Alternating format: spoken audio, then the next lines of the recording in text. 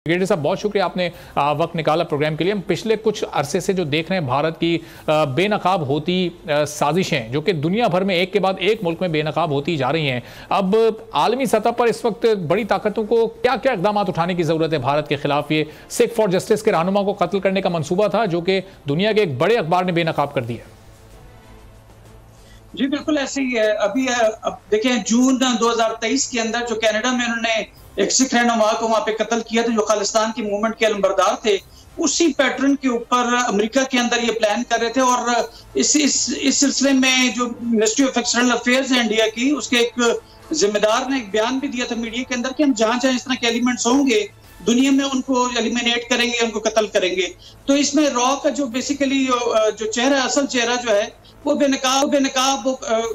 हुआ है और मुसाद के पैटर्न पे काम कर रहे हैं, जहाँ पे अपने एनिमीज को या अपने जो जिससे ये लोग मुताबिकत नहीं रखते उनको वहां पे कत्ल कर रहे हैं। तो ये कनाडा ने इसमें खातिर इसमें स्टेप भी लिया था, इनके वहां से एम्बेसडर को भी निकाला था और कौंसिल ऑफिसर को भी, और फिर इनकी ट्रेवल एडवाइजरीज जो है वो भी जारी हुई थी। लेकिन अमेरिकन का चूंकि इंटरेस्ट है बुग़्ज़ चाइना के सिलसिले में इंडिया के साथ, तो उन्होंने अखबार के जरिए, मैं समझता हूँ शायद इसको लीक करवाई, ये बात की है। और जो वहां पे सिख लीडर हैं जो कि अलमबरदार अमेरिका में है,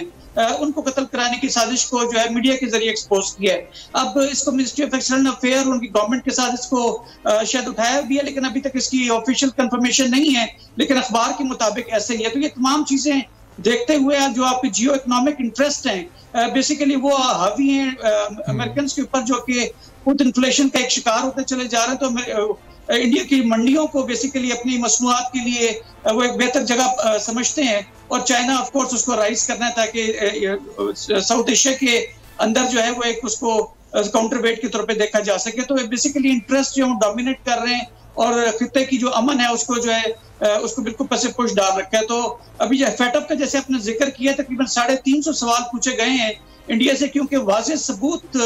फेटअप के पास मौजूद है कि मनी लॉन्ड्रिंग और जो टेररिस्ट फाइनेंसिंग है उसको फंड्स को इसके लिए इस्तेमाल किया गया है, जिसमें रॉ जो है सर फहरिस्त है। इसके साथ साथ वहां पे जिस तरह 200 फैक्ट्रियां हैं गैर कानूनी जो असला बना रही हैं, और जिस तरह से कुलभूषण यादव हमारे पास जिंदा मिसाल है, अफगानिस्तान में बनने वाले जो कॉन्सुलेट है वहां से जिस तरह दहशतगर्दी थ्रू टीटीपी के एलिमेंट्स की पाकिस्तान में कराई जा रही है, तो उसके वाज़ेह सबूत दुनिया के सामने है। तो मेरा ख्याल में जो दुनिया के अमन पसंद और जो मॉडर्नाइज स्टेट्स हैं उनको इसके खिलाफ खुल के पोजीशन लेनी चाहिए। फेटअप को अपनी सूरत दिखाना चाहिए कि जैसे पाकिस्तान को ग्रे से वाइट में लाने के लिए तमाम इकदाम किए थे, जो कि वो भी गलत थे उसको, लेकिन हत्तल इम्कान कोशिश करके हमने सबको एड्रेस किया। तो लेट्स सी अगर वो 350 सवालों के जवाब से फेटअप अगर मुतमईन होता है और उसको ग्रे लिस्ट में नहीं डालता, तो फिर वो क्वेश्चनेबल होंगे तमाम ऐसे इदारे। तो मैं समझता हूँ कि जो ग्लोबल अदारे हैं जो और ब्रिगेडियर साहब, अगर वो मुतमईन नहीं होता तो फिर क्या इकदाम उठाए जा सकते हैं, ये इस पर भी जरा कमेंट कीजिएगा। और ये अगर कामयाब हो जाती भारत की ये साजिश, रॉ की ये साजिश, और अमेरिका में ये गुरपतवंत सिंह को कत्ल करने में कामयाब हो जाते, तो फिर जो कनाडा में कुछ अर्से पहले हुआ था उसी तरह से दुनिया इसको भी इग्नोर कर देती, या चूंकि अमेरिका की खुद मुख्तारी चैलेंज होती तो कोई रिएक्शन सामने आ सकता था अमेरिका की तरफ से, चूंकि व्हाइट हाउस की तरफ से नई दिल्ली को वार्निंग देना, इस वार्निंग को आप कितना संजीदा ले रहे हैं?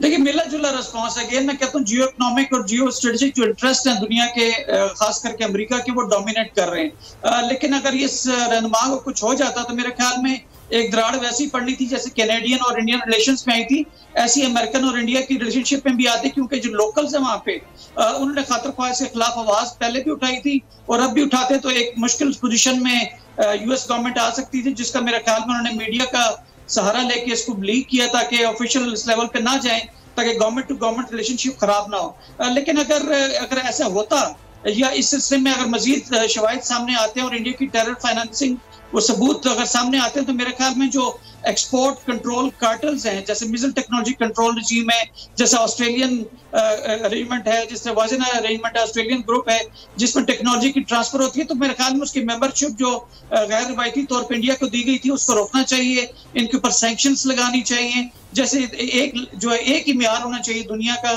जैसे बाकी मुल्कों के ऊपर लगाई जाती है, तो वही मेयार इंडिया के लिए भी होना चाहिए। तो मैं समझता हूँ कि यूएस की जो गवर्नमेंट है उसके लिए खातिर ख्वाह एक मुश्किल सिचुएशन क्रिएट हो सकती है अगर इंडिया इसमें जो इम्प्लिकेट पाया जाता है।